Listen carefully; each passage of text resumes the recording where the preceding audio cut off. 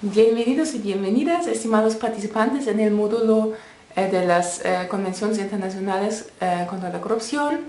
Me da un inmenso placer estar con ustedes en este módulo muy importante. Espero que sea muy útil, que sea muy práctico y que de parte de ustedes podamos adjuntar al material que les voy a presentar mucha experiencia boliviana. Yo me llamo Dorotea, soy doctora en Derecho, trabajo en la Oficina de las Naciones Unidas contra la Droga y el Delito, en la oficina en Viena. Somos la Secretaría Jurídica de la Convención de las Naciones Unidas contra la Corrupción. También somos la Secretaría del Mecanismo de Examen de Aplicación de la mencionada convención y hacemos asistencia técnica por la aplicación de la convención. En ese caso, en mucha cooperación con nuestra oficina en La Paz, que tiene varios proyectos anticorrupción y quizás alguno de ustedes ha tenido ya que trabajar con ellos o ha participado en alguna posición o función en el mecanismo de examen de aplicación, ya sea como parte del equipo de Bolivia o como examinador de otro país. Ese módulo se va a concentrar más o menos en esta Convención de las Naciones Unidas, pero obviamente también vamos a tocar temas de la Convención Interamericana y del trabajo del Grupo contra el Lavado de Dinero, el GAFISUD. Si vemos el tema del desarrollo, y eso se concentra ahora en la primera presentación que les he puesto en la plataforma, el tema de la corrupción como un tema global realmente se ha desarrollado en los últimos 20 años. Si van a la pantalla que tiene el título Nivel creciente de respuesta, se ve que desde mediados de los años 90 se ha visto históricamente un nivel más elevado de conciencia de los daños económicos que hace la corrupción a las sociedades. Y eso ha generado dos tipos de reacción. El primer tipo ha sido el nivel regional, porque obviamente en nivel regional los países tienen más cosas en común y es un poco más fácil de llegar a acuerdos de todos. Y en eso la región de las Américas ha sido totalmente vanguardia, y la primera convención regional que se ha aprobado era en el 1996, la Convención de la OEA contra la corrupción, en la cual Bolivia es estado parte. Luego, en los años que siguieron, se aprobaron los convenios de la Unión Europea, de la OCDE, del Consejo de Europa, y un poco más tarde, en el 2003, la Convención de la Unión Africana. Al mismo tiempo ya se desarrolló una dinámica a nivel global. Empezó en el 8º Congreso sobre Prevención de Delito, que es un órgano bajo la Asamblea General de la ONU, donde nació primero la idea de una convención internacional global contra la corrupción. Y eso se tiene que ver también en conjunto con la otra gran convención de derecho penal de Naciones Unidas, que es la Convención de Palermo, de Convención contra el Crimen Transnacional Organizado y sus 3 protocolos. Esas dos convenciones tienen mucho en común.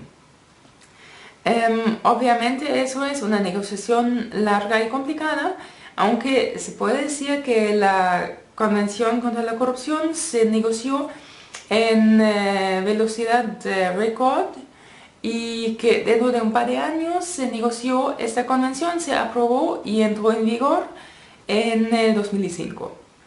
En la conferencia de Mérida, en México, se abrió para la firma, y después de eso, después de una ratificación de un cierto número de países, la convención entró en vigor, y de tal manera como se negoció muy rápidamente, también creció muy rápidamente.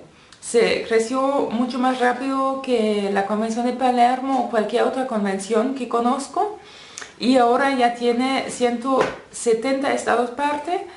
Para ser muy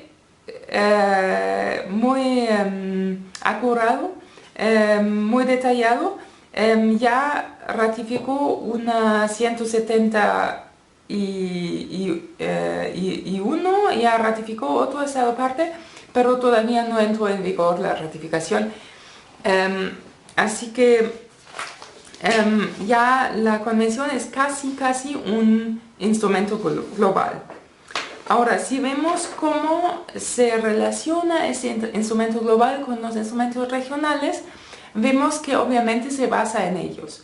Existen algunas disposiciones que son parecidas.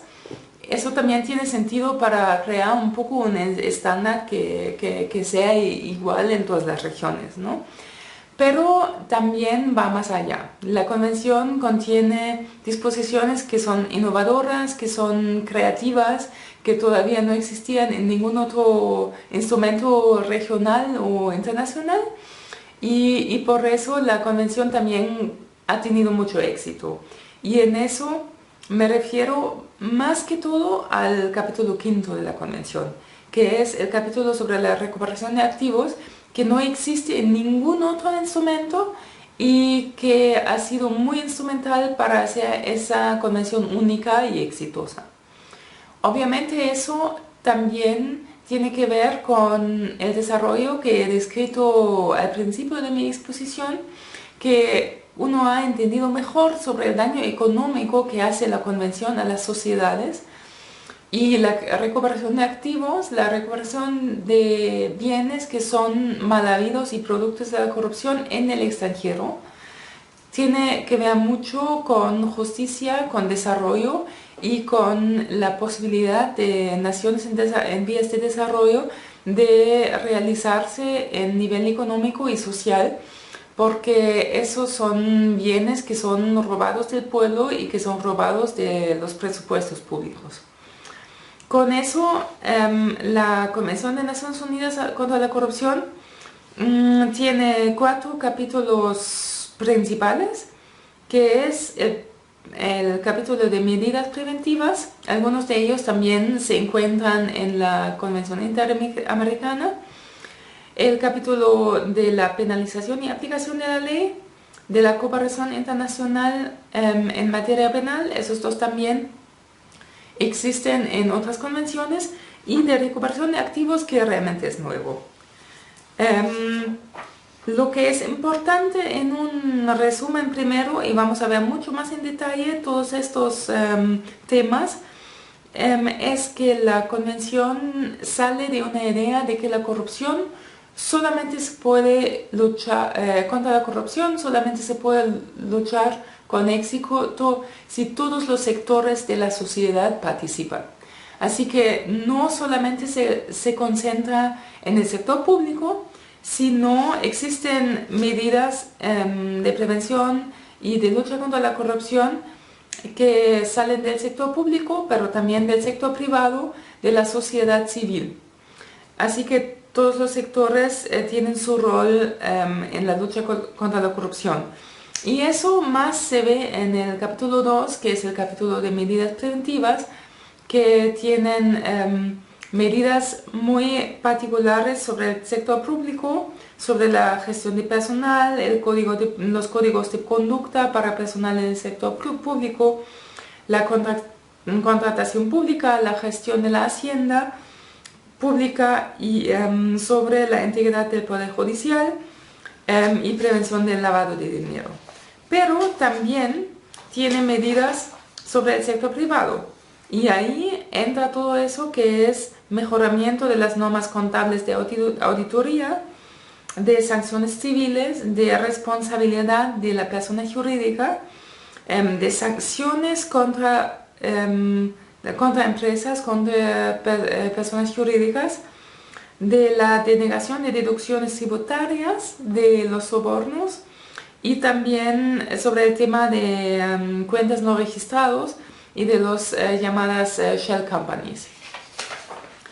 También existe un artículo muy importante, el artículo 12, sobre la participación, 13, perdón, sobre la participación de la sociedad civil y su rol que tiene en la lucha contra la corrupción. Lo que es también importante mencionar en un resumen inicial es que la Convención no ofrece una definición de la corrupción, sino lo que tiene la Convención es un marco de acción, que son los 11 delitos de corrupción.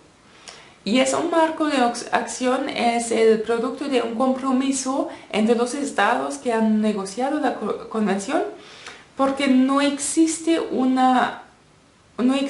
consenso sobre qué es la corrupción en el ámbito global, sino lo que existe es una solución un poco más operativa, que son 11 delitos, que son como el corazón de la Convención y que son el marco de referencia para todo lo que sigue. Digamos, las medidas preventivas se refieren a esas 11 conductas. La cooperación internacional y la recuperación de activos se regula con respecto a esas 11 conductas. Ahora, si vemos el capítulo 3, detalla este marco de acción. Ahora, existen 5 actos que los estados parte deben tipificar como delito. Esos son los 5 delitos que son, digamos, los clásicos delitos de corrupción.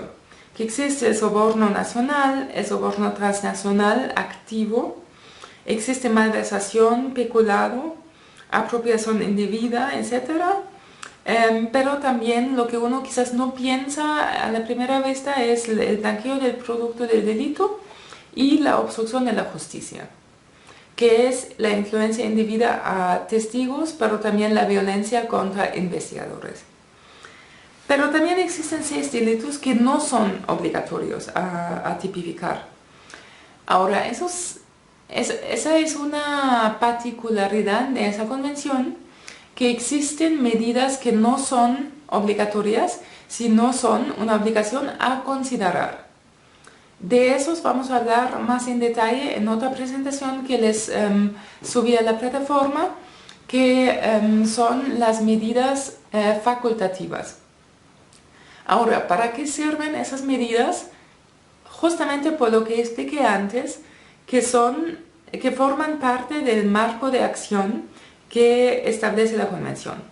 Así que aunque un Estado parte no está obligado de tipificar los delitos no obligatorios, si lo tienen, forman parte de las conductas a que se refiere el resto de la Convención.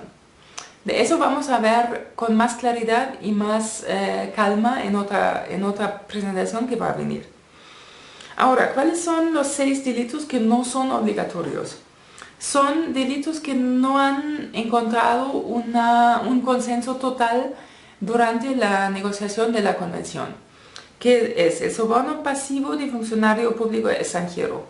¿Por qué? Porque en la negociación de la Convención algunos estados pensaban que de eso debe preocuparse el Estado, en que el funcionario público se deja sobornar, se deja corromper.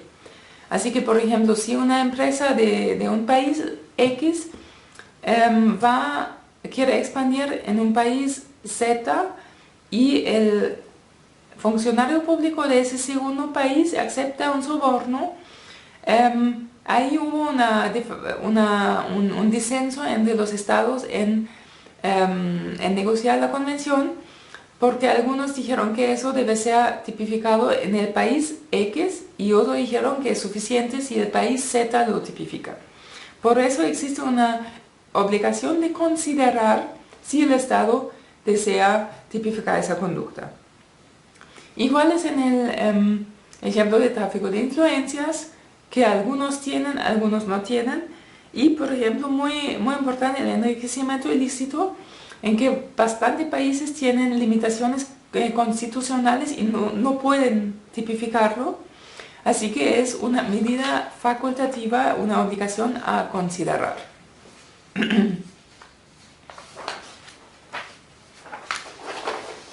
El capítulo cuarto es el capítulo sobre la cooperación internacional en materia penal. Tiene tres medidas principales, que es la extradición, la asistencia judicial recíproca y la cooperación en materia de cumplimiento de la ley. Eso es cooperación policíaca, cooperación directa, informal, cooperación en aplicación de técnicas especiales de investigación, etc. Lo que es importante es que tanto extradición como asistencia judicial recíproca, como cooperación en materia de cumplimiento de la ley, son disposiciones que se pueden aplicar directamente entre los Estados partes y forman como un mini tratado, un tratado en el tratado, que si entre un país y otro no mide un tratado bilateral, se puede usar esas disposiciones de la Convención. Así que quizás el capítulo cuarto sobre cooperación internacional es el más práctico, es el más útil de todos los capítulos de la Convención. Y al final, el capítulo quinto sobre recuperación de activos es algo, como ya mencioné, nuevo, y lo más innovador de ello es el principio del retorno incondicional de los bienes mal habidos. Y eso es muy importante y ha sido muy de controversia en la negociación de la Convención, porque, como ustedes sabrán, el principio tradicional es que el país que decomisa un bien a solicitud de otro país se queda con el bien. Y así se ha hecho por años en materia de droga, en materia de crimen organizado, pero en materia de corrupción eso no tiene sentido, porque son bienes robados de los presupuestos públicos de otro país. Así que por eso, después de mucha controversia, se reguló en la Convención que esos bienes deben retornarse al país de origen. Así que el artículo 51 dice: la restitución de los activos, con arreglo al presente capítulo, es un principio fundamental de la presente Convención, y los Estados partes prestarán la más amplia cooperación y asistencia entre sí y a ese respecto. Eso es una sentencia, una posición de ley. Los países se pueden basar en esa disposición y obviamente en los que detallan las medidas que los estados deben tomar para pedir el retorno, la restitución de sus activos robados. Al final existen disposiciones en la Convención sobre asistencia técnica y información intercambio de información, que dicen que los estados partes se deben proporcionar asistencia entre sí en la aplicación de la Convención. Con eso quiero agradecerles su atención a esa presentación, con que realmente les quise dar un resumen de lo que es la Convención de las Naciones Unidas contra la Corrupción y un poco del material que vamos a ver en esas 2 semanas. Obviamente vamos a retornar a muchos de esos temas en más detalle, pero lo que me importa es que eso es el marco en que vamos a trabajar, y que me interesa que en las tareas que van a hacer, en los foros que vamos a hacer juntos, se contrasta y se compara esa realidad normativa de la Convención de las Naciones Unidas y también de la Convención Interamericana y las recomendaciones del GAFISUD, etc., con la realidad boliviana, como la ven ustedes en su trabajo cotidiano. Quiere decir, cómo ven el marco jurídico del Estado plurinacional comparado a esos estándares internacionales, pero también para qué pueden servir en sus casos, en su trabajo cotidiano, en las disposiciones de la Convención, en qué situación se pueden aplicar y qué son las herramientas que les ayudan a aplicar la Convención para que les sirva para sus casos. Yo espero que vamos a trabajar juntos en ese sentido, y les agradezco su atención, y de nuevo muchas gracias por tenerme en su módulo, y muchas gracias por trabajar conmigo. Gracias.